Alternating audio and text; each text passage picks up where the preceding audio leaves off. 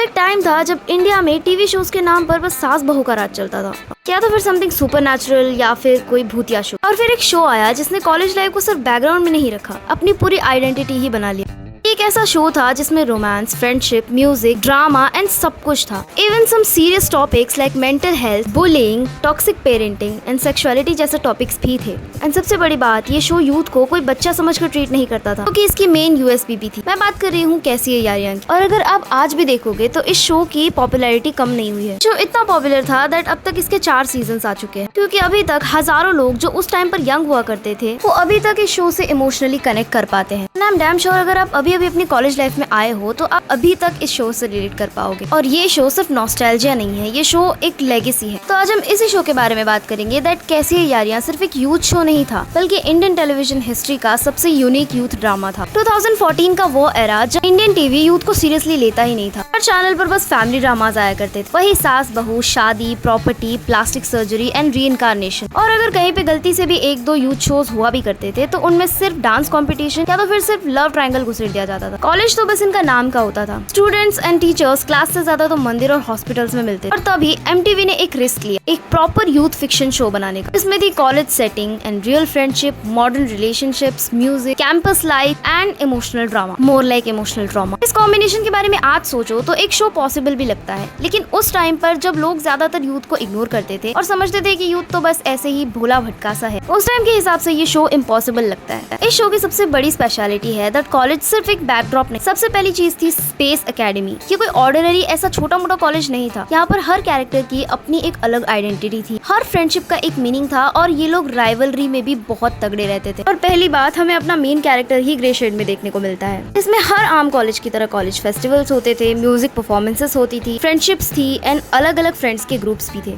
वो हर एक चीज जो एक नॉर्मल कॉलेज जाने वाले बच्चे के साथ होती है वो सब इस शो में था। और इंडियन टीवी पर देखने पर पहली बार ऐसा लगा दैट ये लोग एक्चुअली में स्टूडेंट्स है और कोई गुंडे मवाली नहीं। Fab 5 was a perfect group. इन नॉर्मल टीवी सीरीज ग्रुप्स एकदम परफेक्ट होते हैं, जहाँ पर कोई मीन चीज नहीं होती और कुछ भी ऐसा उल्टा सीधा नहीं होता। लेकिन यहाँ पर फैब 5 वेर एब्सोल्यूट बुलीज। वो इग्नोरेंट थे and they were broken somewhere, emotionally damage थे और बहुत ज्यादा सेल्फिश थे। कभी कभी तो इतने ज्यादा हरामखोर थे कि अनबेरेबल बन जाते हैं लोग। स्पेशली आर हीरो मनिक। और यही तो है एक राइटर की स्ट्रेंथ। शो के राइटर ने ऐसा जबरदस्त कैरेक्टर लिखे कि शो ने कभी प्रिटेंड ही नहीं किया कि ये हीरोज परफेक्ट। इन्होंने गलतियां की और उसकी उन्हें सजा भी मिली एंड इनके कैरेक्टर की डेवलपमेंट भी अच्छी हुई। आज भी लोग इस टॉपिक को लेकर बहुत सीरियस रहते हैं कि फैब 5 की बुलिंग इतनी प्रॉब्लमेटिक क्यों थी, लेकिन इसी इम्परफेक्शन ने कैरेक्टर्स को मेमोरेबल बनाया। हमारे शो के जो 2 मेन लीड थे, मनिक और नंदिनी, इनकी केमिस्ट्री सिर्फ केमिस्ट्री नहीं थी। इंडियन टेलीविजन सीरीज में एनिमीज टू लवर पहले कई बार हो चुका है, लेकिन मानिक और नंदिनी के जैसे नहीं। इनकी रिलेशनशिप में सिर्फ वो टिपिकल रोमांस नहीं था, यहाँ पर पहले शुरुआत ही बुलिंग से हुई है। देन ग्रेजुअली इमोशनली धीरे धीरे उनका कैरेक्टर आगे बढ़ता है। Absolute red flag emotionally damage लड़का और एक इमोशनली स्ट्रॉन्ग लड़की। Nandini changed Manik absolute. ये सब करने के लिए नंदिनी ने कभी उसे फोर्स नहीं, उससे तो बस उसे वो दिखाया जो मानिक एक्चुअली में था, वो नहीं जो वो प्रिटेंड करता था। और वो धीरे धीरे एक अच्छा इंसान बन गया, इसलिए उनकी केमिस्ट्री लोगों को इतनी ज्यादा पसंद आई। पार्थ समर्थन और नीति डेर की ऑन स्क्रीन केमिस्ट्री शो की सबसे बड़ी स्ट्रेंथ है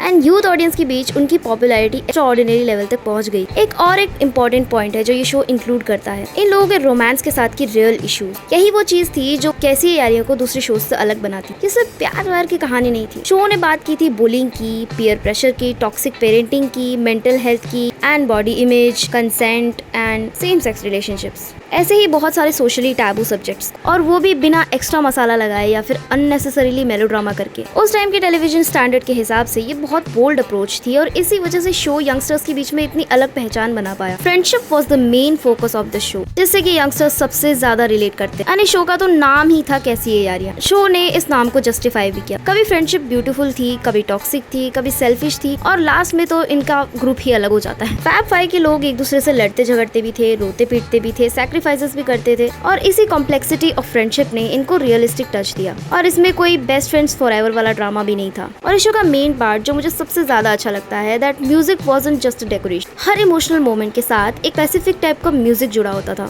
इनके background score, concerts, band culture, songs, ये सब एक बहुत बड़ा स्पोर्टी पार्ट प्ले करते हैं। एंड द नेक्स्ट पॉइंट है फायरफ्लाइज। यार हर एक ग्रेट शो का अपना सिंबल होता है। किसी शो का एक लॉकेट होता है, किसी शो की एक डायरी होती है, किसी की एक रिंग होती है और वैसे ही कैसी है यारियां का सिंबल था फायरफ्लाइज, एक सिंपल विजुअल, लेकिन उसके पीछे छुपी हुई थी एक होप, जिससे लगता था कि हाँ अभी भी थोड़ी होप्स बाकी हैं। जब भी ये फायरफ्लाइज शो में आती थी ऐसा लगता था कि कुछ अच्छा होने वाला है, और यही चीज इस शो की आइडेंटिटी बन गई। The next thing is it created India strongest fandom. Instagram हो, चाहे फेसबुक हो या फिर ट्विटर हो, टम्बलर हो, यूट्यूब एडिट्स हो, फैन फिक्शन हो, VMs हो, हर जगह सिर्फ मनन ही था उस वक्त। ये मनन मीन्स इन लोगों का शॉर्ट फॉर्म। उस वक्त इंडियन टेलीविजन के लिए इतना पैशनेट ऑनलाइन फैंडम बहुत ही रेयर। शो के रिपीटेड एडिट्स आज भी हम मिलियंस ऑफ व्यूज में देखते हैं, और फैंस आज भी सीजन 1 को रिविजिट करते हैं। आज भी ये शो इंडियन टेलीविजन के लिए एक बेंचमार्क सेट करता है दैट कैसे एक यूथ शो को बनाना चाहिए। आई विश कि कैसी ये यारियां जैसा शो आज भी कोई बनाए। And the thing is it wasn't perfect always. हाँ, ये शो बिल्कुल परफेक्ट तो नहीं था,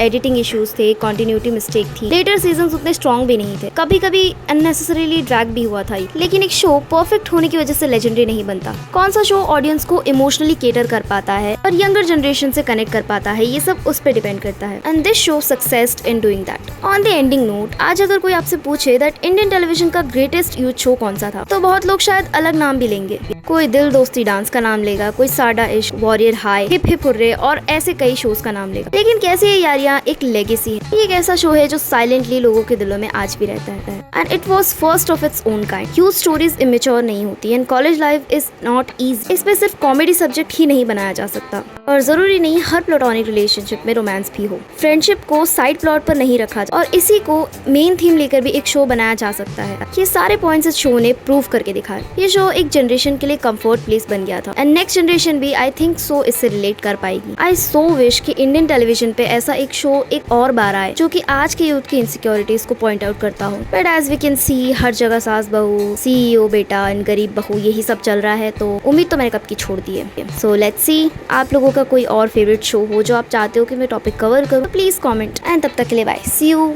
इन अनदर वीडियो।